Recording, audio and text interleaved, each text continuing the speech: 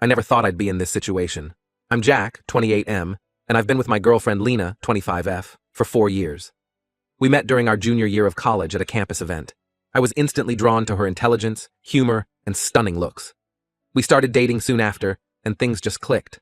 Some background about me. I come from a well-off family in the suburbs. My parents, Robert, 58M, and Linda, 55F, own a successful chain of high-end Italian restaurants across the state.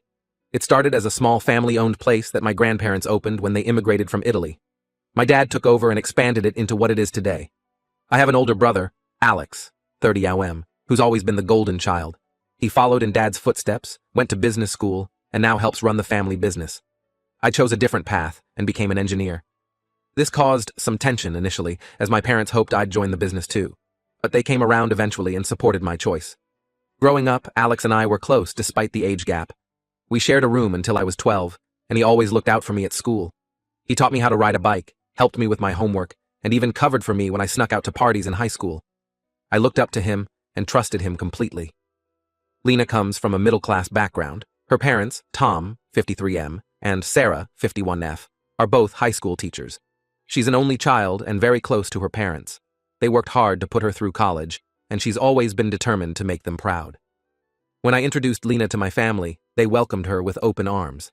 My mom especially adored her and often joked about how she finally got the daughter she always wanted.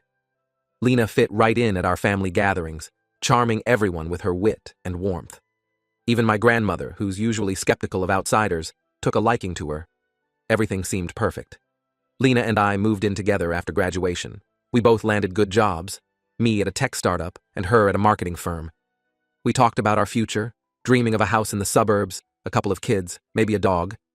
I thought I had it all figured out. But about 6 months ago, things started to change. Lena became distant and was always on her phone. She started working late more often and canceling our plans last minute. When I asked her about it, she'd say work was stressing her out. I believed her because why wouldn't I? I trusted her completely. Looking back, there were signs I chose to ignore. She'd get defensive if I asked to use her phone to look something up. She'd leave the room to take calls. Once, I came home early and found her hastily closing her laptop, looking flustered. But I brushed it all off, telling myself I was being paranoid. Then came the bombshell. I was planning to propose to Lena on our upcoming vacation to Hawaii. I had it all planned out. A romantic dinner on the beach, followed by a moonlit walk where I'd pop the question. I even asked her dad for his blessing, which he gave enthusiastically. I was so excited that I couldn't keep it to myself. I told Alex about it, seeking his advice on the ring I'd picked out. His reaction was odd. He seemed uncomfortable and tried to discourage me from proposing. He said we were too young and should wait a few more years. This coming from the guy who'd been pestering me to put a ring on it for the past year. I brushed it off, thinking he was just being overprotective. The day before we were supposed to leave for Hawaii, Lena called me. She sounded upset and said she needed to talk to me urgently. My heart sank. I knew something was wrong. We met at a cafe near her workplace. As soon as I saw her face, I knew my world was about to come crashing down. With tears in her eyes, she confessed that she'd been cheating on me for 3 months with my brother. I felt like I'd been punched in the gut. The woman I loved and the brother I trusted had betrayed me in the worst possible way. But wait, there's more. She was pregnant, and it was Alex's. I couldn't believe what I was hearing. How could they do this to me? How long had this been going on? Was I really that blind? 1,000 questions raced through my mind, but I couldn't voice any of them. I just sat there, stunned.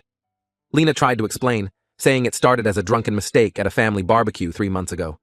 Alex had been having problems with his girlfriend, and Lena comforted him. One thing led to another and, well, you know the rest. She said they tried to end it, but couldn't stay away from each other. She swore she still loved me, that she'd made a terrible mistake. I couldn't listen anymore. I stormed out of the cafe, ignoring her pleas to hear her out. I drove straight to my parents' house, where I knew Alex would be. I found him in the backyard, helping Dad with some gardening. I lost it. I punched him square in the face.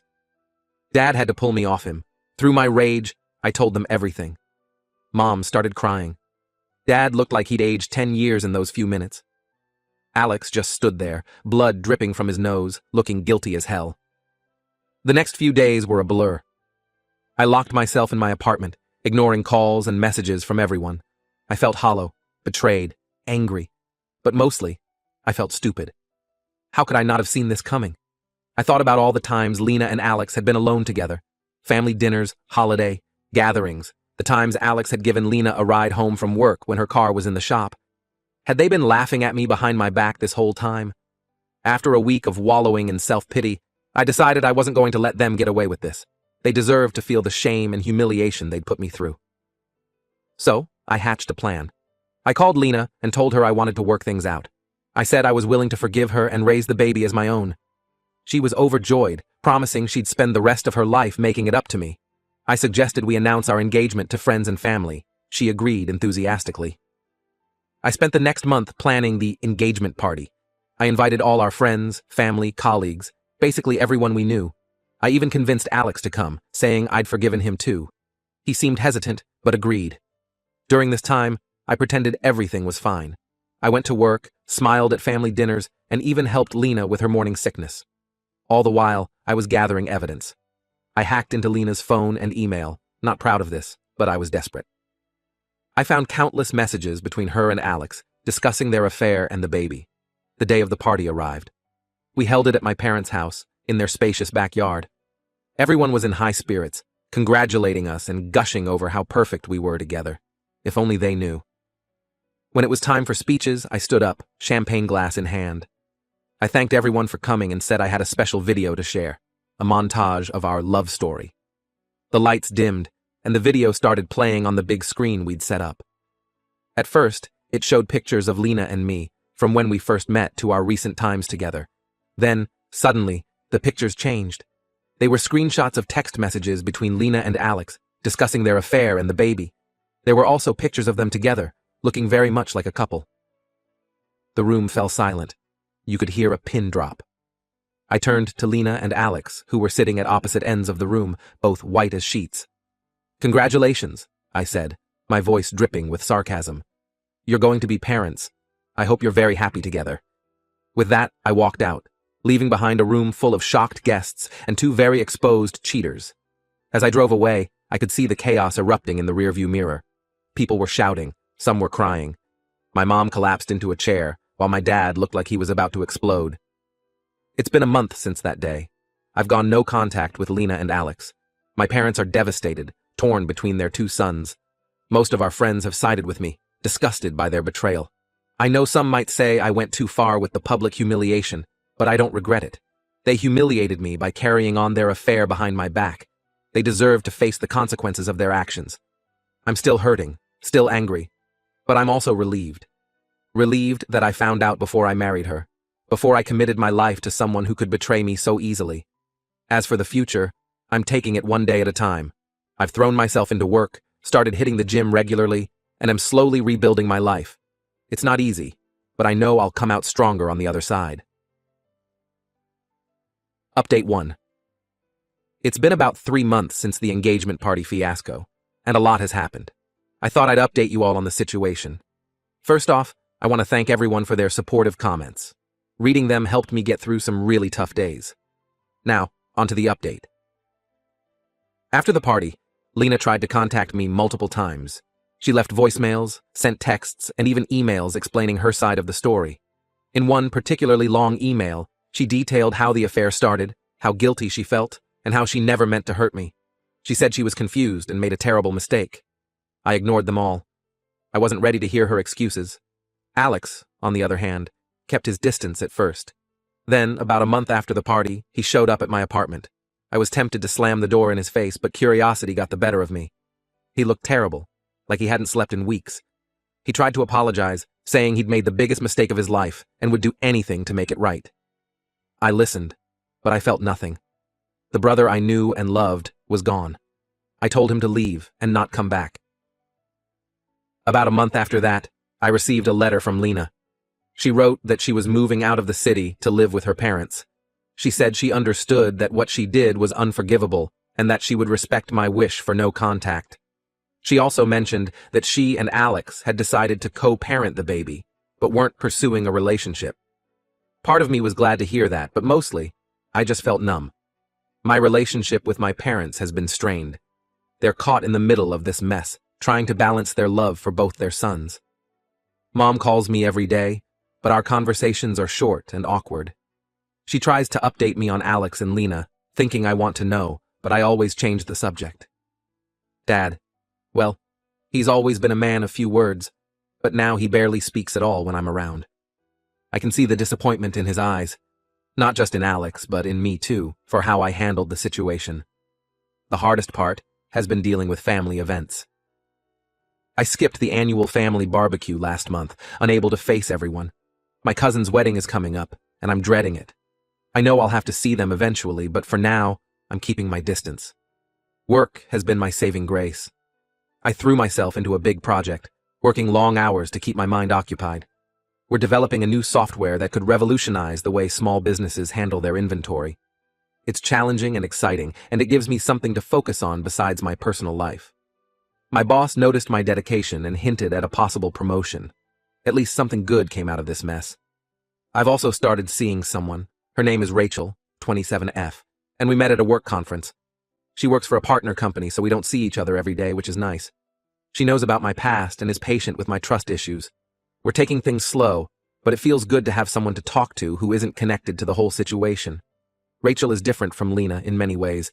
She's more career-focused and independent. She loves outdoor activities and has gotten me into hiking, which has been a great stress reliever.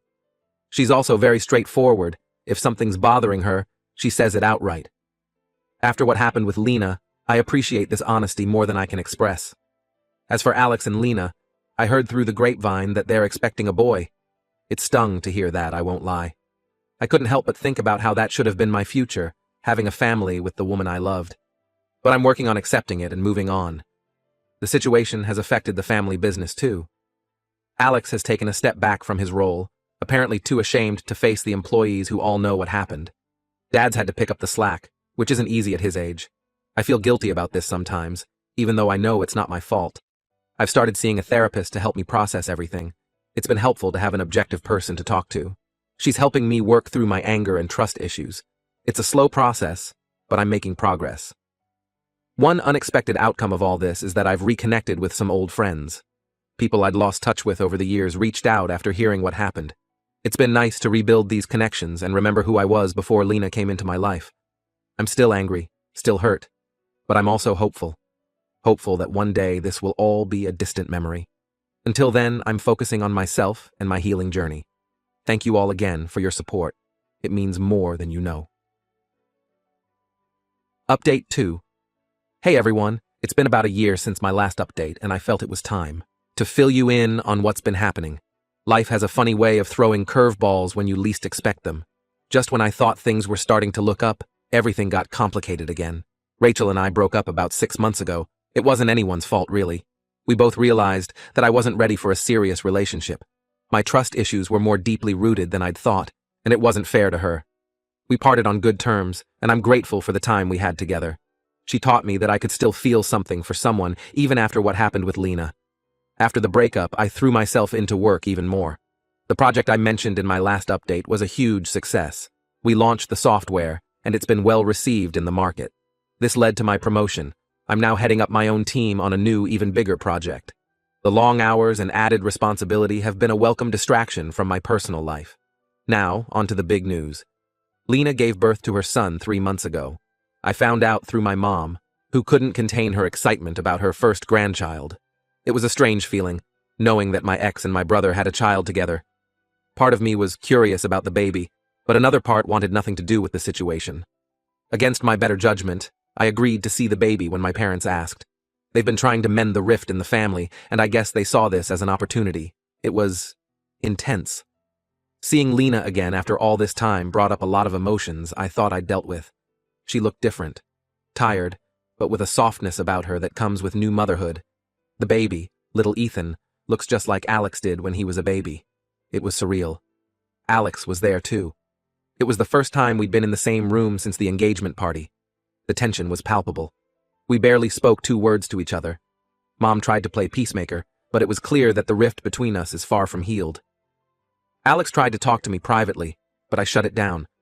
I wasn't ready for that conversation. After that day, I made a decision. I told my parents that while I don't hold any ill will towards the baby, I can't be a part of his life. It's too painful, too complicated. They were disappointed, but said they understood. Mom cried, which made me feel guilty. but I know it's the right decision for my mental health. On a brighter note, I've started traveling more. I took a solo trip to Europe last month, something I'd always wanted to do but never had the courage to. I visited Italy, where my grandparents came from, and it was an eye-opening experience. Standing in the small village where my family originated, I felt a connection to my roots that I'd never experienced before. It helped me gain some perspective on everything that's happened. I've also started dating again, casually. Nothing serious, just getting back out there. It's been nice to meet new people and remember that there's a whole world out there beyond my family drama. As for my relationship with my family, it's still strained. I see my parents occasionally, but our interactions are superficial. We carefully avoid talking about Alex or Lena or the baby. It's not ideal, but it's the best I can manage right now. Dad's health hasn't been great lately. The stress of everything has taken its toll. I try to help out with the business when I can, but it's awkward being there knowing Alex might show up. I know some of you might think I'm being too harsh. That family should come first. But the trust that was broken. It's not something I can just forget. Maybe someday I'll be able to forgive. But for now, I need to focus on my own healing. So that's where things stand. I'm not where I thought I'd be a year ago, but I'm okay. I'm learning to be comfortable with being alone, to trust myself again. It's a process, but I'm getting there. Thank you all for listening. Your support has been a constant source of strength through all of this. Update 3. Hello everyone. It's been 2 years since my last update, and 5 years since the original incident. I thought it was time for a final update to close this chapter of my life. A lot has changed in the past 2 years. I've done a lot of soul searching and growing, and I'm in a much better place now, both mentally and emotionally.